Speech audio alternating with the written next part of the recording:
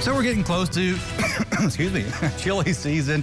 We're getting close to soup season. And of course, sometimes with that, what do you get with it? A grilled cheese sandwich as well. Something just to warm up your insides. We're going to do a grilled cheese sandwich today, but boy, we're going to put a little bit of a twist on it and just make it probably one of the most delicious grilled cheeses you ever had. And there's all kind of variations you can do with it. I worked with Merritt Bates Thomas on this. If you don't know her, she is on Lifestyles a lot. She has a cooking segment there called The Kitchen Transition. Basically take a food and now how can we transition that into something a little bit different. So I worked with Merritt on this, so you're going to see a combination of my recipe and hers. So first thing, we'll start with the ingredients over here. So grilled cheese, obviously, is 2 cheeses, right? But sometimes when you get a grilled cheese sandwich at home, you get that single, right? That processed cheese. You tear the plastic wrapper off of it, slap it between 2 pieces of bread, it's a done deal. Not doing that today. I have freshly shredded cheddar cheese here, and I have freshly shredded smoked Gouda cheese. But not only is this smoked Gouda cheese, this also has a little bit of Kentucky bourbon mixed into it. Why not, right? Also, apples are going to go on this, thinly sliced apples, and not just onions. We're going to put caramelized onions on this as well. So first thing you got to do is begin your prep. And that is going to be the hardest work for you, is prepping this, because there is a lot to it, especially if you want to put caramelized onions on there. If you've ever done it, you know it takes a while. I think it took, that was about 3 onions I did caramelized, and it took about maybe close to an hour yesterday. But look online. There's actually recipes for caramelized onions that you can do in your crock pot. So check that out. But we're also going to put some parsley, oregano, and thyme in this as well. So when you start getting everything ready, get you an apple here. Get yourself a Granny Smith apple or a Honeycrisp apple, whichever one you want. And you'll take your knife and you will cut it as close as you can to the core, but not go into the core itself. So we'll put this off to the side. So we've got our half here, and you'll put it on the fruit side there, the soft side, towards the bottom. Get the flesh there on the outside.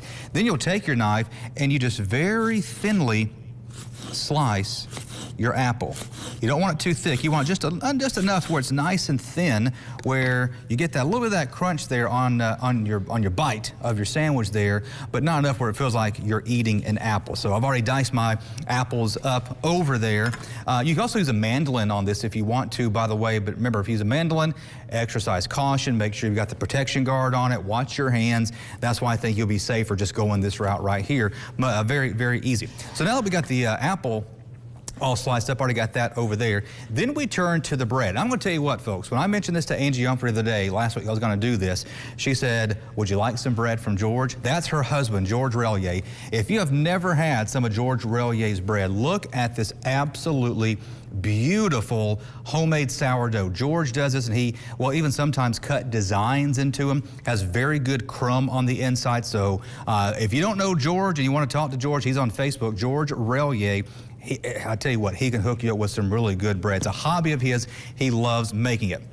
So what we're going to do now is start actually just putting the sandwich together. So, of course, when you are doing a grilled cheese, well, what do? You head to the stove, right? And you get yourself a pan going with a little bit of butter. So I've already got some of the butter in there melted. We're going to kind of reheat that, but that won't take long whatsoever. Oh, by the way, whatever kind of meat you want on it, we're going to go with honey turkey on this one, but a ham if you want to do that. So got the butter melted, and we're not going to overpower this. We're just going to put just a little bit of oregano, a little bit of parsley.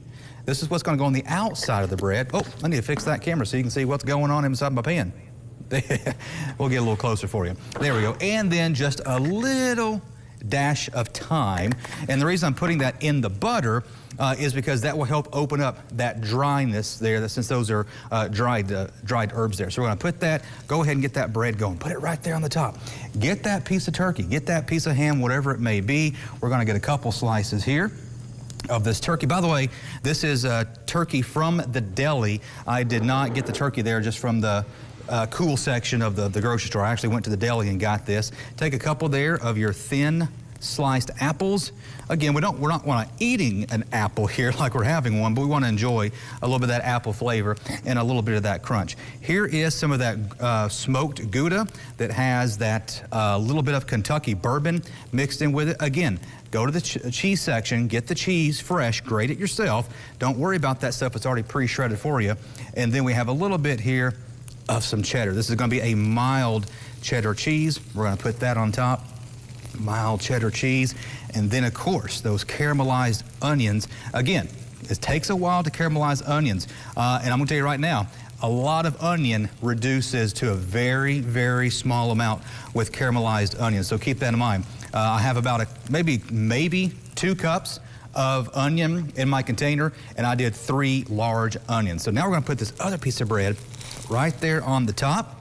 And what I'm going to do here, Lex, is let that begin to cook just a little bit more there on the bottom. Put some more butter in. We'll flip it over, and we'll cut it up, and Ron will try it out here coming up in just a couple of minutes.